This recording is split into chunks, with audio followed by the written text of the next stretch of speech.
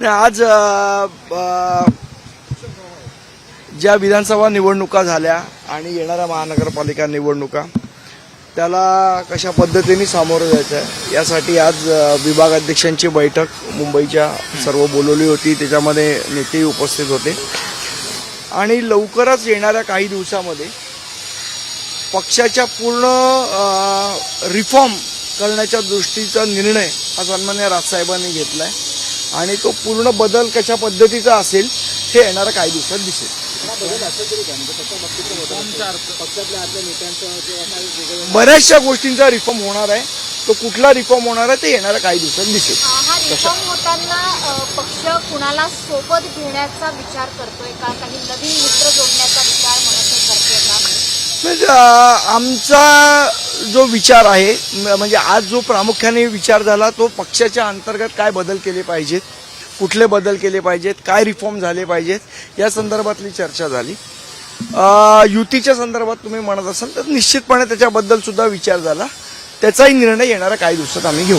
आदेश नक्की काय आहेत महापालिकेच्या दृष्टीने, कारण की विधानसभेमध्ये अपयश आज चर्चा होती विधानसभेमध्ये. ठीक आहे, यश अपयश गोष्टी होत राहतात. आम्ही त्याला आज काय पहिल्यांदा सामोरं गेलेलो नाही. पण आमचा पक्ष म्हणून येणाऱ्या महानगरपालिका निवडणूक असेल, येणाऱ्या पक्षाची वाटचाल असेल तर या दृष्टीने काय बदल केले पाहिजेत, पक्षामध्ये काय रिफॉर्म्स केले पाहिजेत याच्या संदर्भातली चर्चा झाली आणि पक्षात रिफॉर्म झाले पाहिजेत हा निर्णय झाला आणि त्या पद्धतीचे रिफॉर्म येणाऱ्या काही दिवसात दिसतील. काही वर्षांपूर्वी आपण बघितलं की मनसेने झेंडा बदलला होता पक्षचिन्ह बाबतीत किंवा एकंदरीत आता काय रिफॉर्म होणार आहेत हे मला तुम्हाला सांगता येणार नाही, पण रिफॉर्म होतील ना. खरं तर मनसे नेते असतील, सरचिटणीस असतील किंवा जे पहिल्या फळीचे नेते असतील त्यांच्यावर काही विशेष जबाबदारी देण्यात येणार आहे का संघटना किंवा नाही? मला असं वाटतं आज या सगळ्या गोष्टींवर चर्चा झाली. येणाऱ्या काही दिवसात पुन्हा एकदा बैठका होतील आणि नक्की काय रिफॉर्म केले पाहिजेत, कशा पद्धतीने रिफॉर्म केले पाहिजेत याच्यावर सुद्धा विचारविनिमय पक्षाच्या अंतर्गत होईल आणि त्याप्रमाणे आम्ही करू.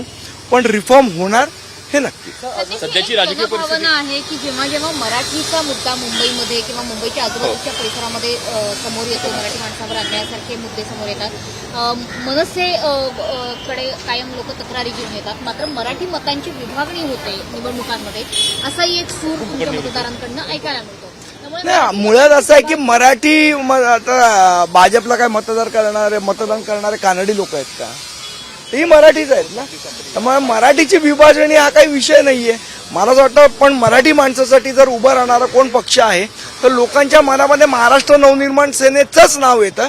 हेच आमचं यश आहे. संदीपजी, याच मुद्द्यावर आणखी एक महत्वाचा मुद्दा आहे की या आधी आपण जर पाहिलं तर मनसेने कोकणासाठी अनेक आंदोलने केली. त्यातला आणखी एक महत्वाचा मुद्दा आता समोर आला की रत्नागिरी दादर ही जी आपली दादर रत्नागिरी ट्रेन धावायची ती आज 1 तारखेपासून बंद करण्यात आली आणि ह्या ठिकाणाहून त्याच वेळापत्रकात युपीसाठी ट्रेन ज्या त्या सोडण्यात आल्या. कसं बघता ते? या मुळात असं आहे की महाराष्ट्रासाठी ज्या ट्रेन आहेत त्या राहिल्या पाहिजे ही आमची भूमिका आहे. आता त्याच्यामध्ये समजा त्या रूटला माणसं कमी होत आहेत, जास्ती होत आहेत, काय हा विषय बघायला लागेल. पण युपीमधनं एवढ्या ट्रेन का चालू होत आहेत किंवा गुजरातमध्ये एवढ्या ट्रेन का चालू होत आहेत हा निश्चित संशोधनाचा विषय आहे. आम्ही आधीही म्हटलेलं की जर बुलेट ट्रेन चालू करायची होती तर ती दिल्लीपासनं खरी लॉंग डिस्टन्स बुलेट ट्रेन पाहिजे ना.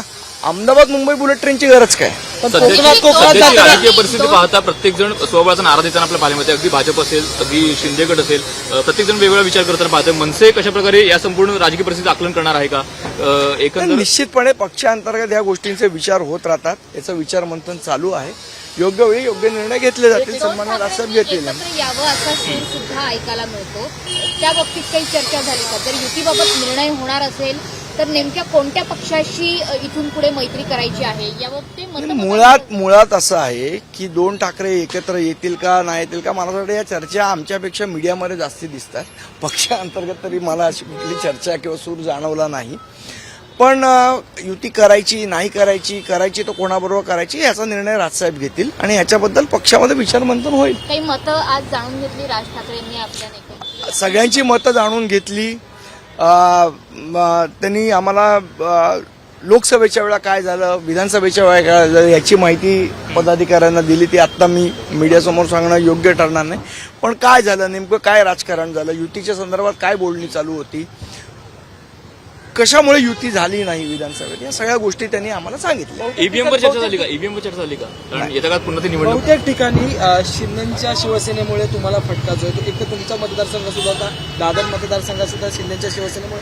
त्यामुळे आगामी काळात शिंदेसोबत डिलिंगचं काही ठरलंय का, त्याच्याबद्दल काही चर्चा झाली का? कारण की शिंदेमुळे तुमच्या सीटला सुद्धा फटका पडला आणि दादरच्या सीटला सुद्धा फटका पडला. मला तर वाटतं शिंदेमुळे आम्हाला बसला, आमच्यामुळे शिंदेना बसला. हे शिंदेनाही माहिती आहे आणि आम्हालाही माहिती आहे.